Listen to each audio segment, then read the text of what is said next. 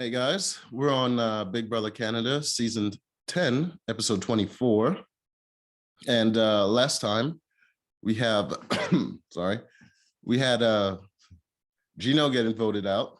And then we had JC Lynn and Marty and Summer getting put on the block. And JC Lynn won the veto, took herself off, and then Betty got put off afterwards. We didn't really get to see the backstory in that, but from this episode, we got to see what really happened behind the scene, and it was not good for Josh.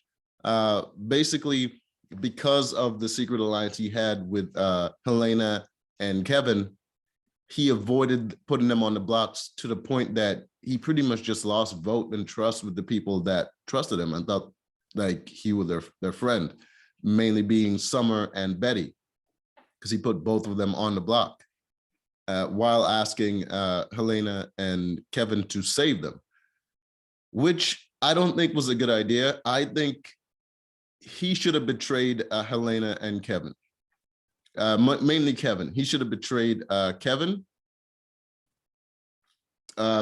just simply off of how Kevin played the game before. He should know that keeping that alliance wouldn't be good for his game, and the two people that trusted him already would have kept him safe. And if he did that, he would have had the numbers. He would have had Summer in the game, he would have Betty in the game, and he could possibly have Helena at the end in the game, which gives him a number advantage and in a better position in the game, and Helena would just fall in line with the numbers. But I guess he committed to that alliance to his detriment, because I don't think the other two would have done that. And now he's in a position where he previously made a statement to Summer saying he would never put her on the block, which he did. And Summer is also really close with Betty, and he's also really close with Betty. He tried to sell Betty on the idea that Summer was actually willing to vote her out, and he had to convince her, which is something I believe. I think Summer would have get rid of Betty. But at this stage in the game, Betty doesn't have many people she can trust. So it doesn't make sense for her to believe that, honestly, in the game. It doesn't make sense for her to believe that, because then who would she have? Even if it's true, she wouldn't want to believe it. So he did that. And I think I understand why he did it, because in his mind, if he left Betty off the block and he put Helena or Kevin on the block, both of them would have went home, because Betty would have voted to save Summer. And JC Lynn, who already agreed to save Summer, would have also voted to save Summer, which would have left either Kevin or Helena to vote the opposite. And, you know, one of his allies would have went home. I understand why he did it. He was just too committed to the alliance, and he kept his word too strongly. I think, especially when you have an alliance members that are willing to betray people, they would be willing to accept a betrayal better. If he had betrayed either one of them, he would have had the possibility of still keeping their vote.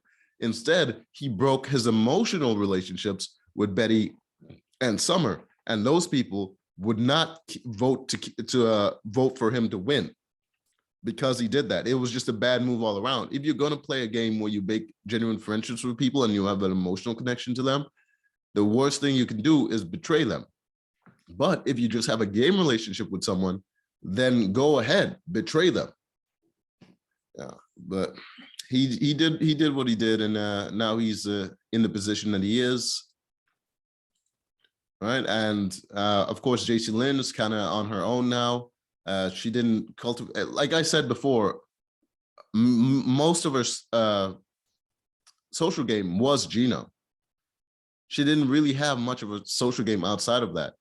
And even if she did try to cultivate a relationship outside of Gino, I don't think it would have worked very well, because she's winning too much. She would have been a threat to the ladies, and she would have been in the bottom of that alliance. And yeah, it just would have, her best bet was Gino staying in the game. and those two go into the end, and she would have won over him. Just off the fact that when it really came down to it, she would always win. She was great under pressure, and she wins when she needs to. And even though she's never really won an HOH, she had him as a shield and as the one who was winning HOHs to keep her safe. It was a perfect game where she would have been the ultimate winner in the end. But things didn't really go that way. Gino got voted out. And now you have Helena and Kevin are kind of in a good spot, but not really. They expose their games a lot in this point. If Kevin, Helena, or Josh doesn't win, they're in danger. I'm just saying they played a game where they played it strictly game, and Kevin didn't set up many emotional relationships with people, just game relationships, which means they're off to put him on the block at any moment. They don't really care. Helena did set up an emotional relationship with JC Lynn, where she said that you're my number one. And she straight up lied to her face, and then, voted out Gino. So there's that she got the backlash from that, where like JC Lynn was really going after her. And yeah, that's not good gameplay for her. She's not going to get that vote. That's a vote that she just lost because of what she just did. And Kevin haven't lost any votes. Honestly, he just hasn't, because he didn't play that emotional game. He was always strictly game first. All right, there's that. Let's get to the HOH competition.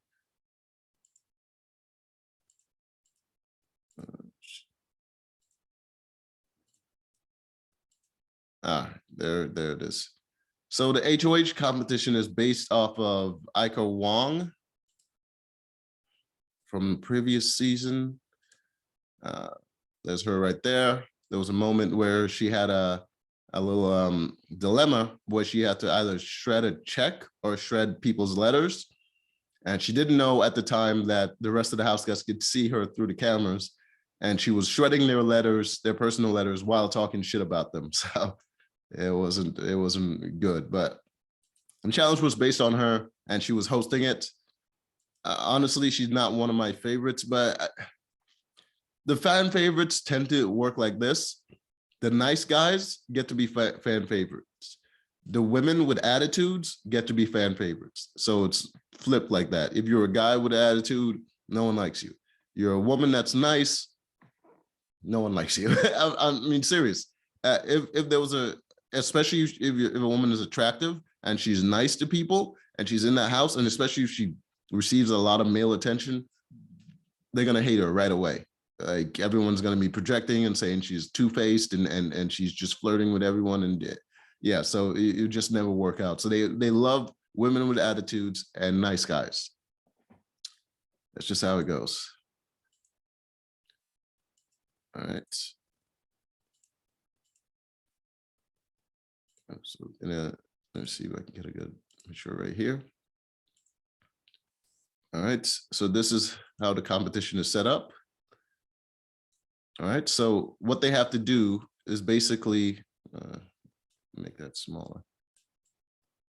What they have to do is basically, they're going to be asked a series of questions, and the questions are going to be quotes from past, was it HOHs? Past HOHs, what they, the statement that they made when they put people on the block. And they have to write the name of that HOH, of that person that made the quote on a letter, and then put it up on the board here. And after the answers are pointed out, they either get a point or they don't get a point. And then they shred the letter and they start again and do it over again. All right. All right. This one wasn't very close. It was a blowout, to be honest with you. Betty won, and she won the competition by getting every question except one correct.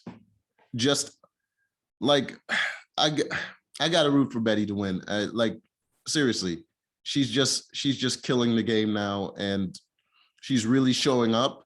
She's really competing, and she's really showing her competitive edge. Her social game wasn't very good, to be honest with you. She was all over the place, and she was taking a lot of things personally.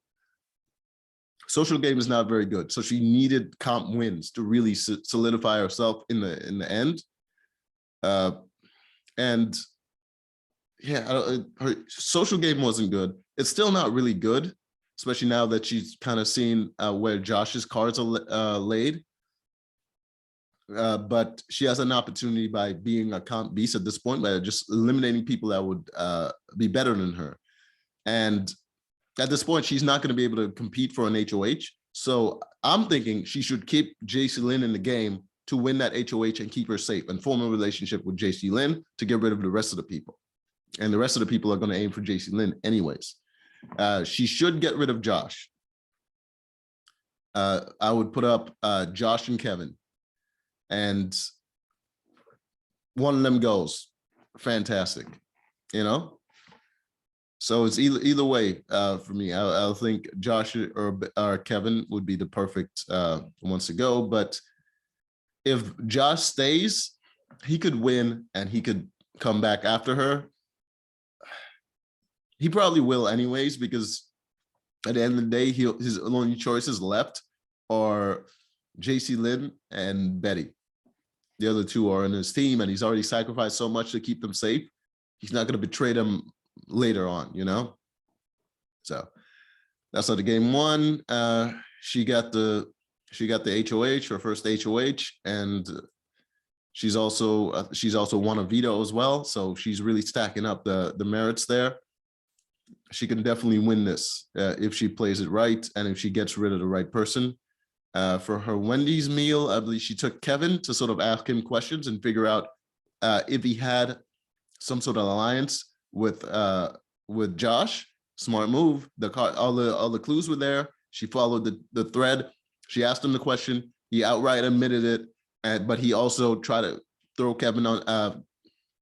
He tried to throw Josh under the bus by saying if Josh went up, he wouldn't mind. He also talked about how Josh's game is right now, and Josh could beat any one of them. Smart play. He also said, but ultimately, JC Lynn has the most wins, and she's the bigger threat. Also a smart move, but if I was Betty, I wouldn't buy it, because JC Lynn at this point is just isolated, and she can keep me safe because she can win. So, and especially if you can't play the next HOH, it doesn't make sense to get rid of a competitor instead of getting them on your side. Especially if you put her up and JC Lynn wins veto again, you just burned that bridge that you could have had in your corner. Anyways, so that's episode 24, and looking forward to who she's gonna put up on the block. Very excited for Betty to win. She's a late bloomer in the game. I wanted to get rid of her immediately, but now that she's winning, you know how I am. I love challenges. I love competitors. So I have to give the tour, and I'm rooting for her. So till next time.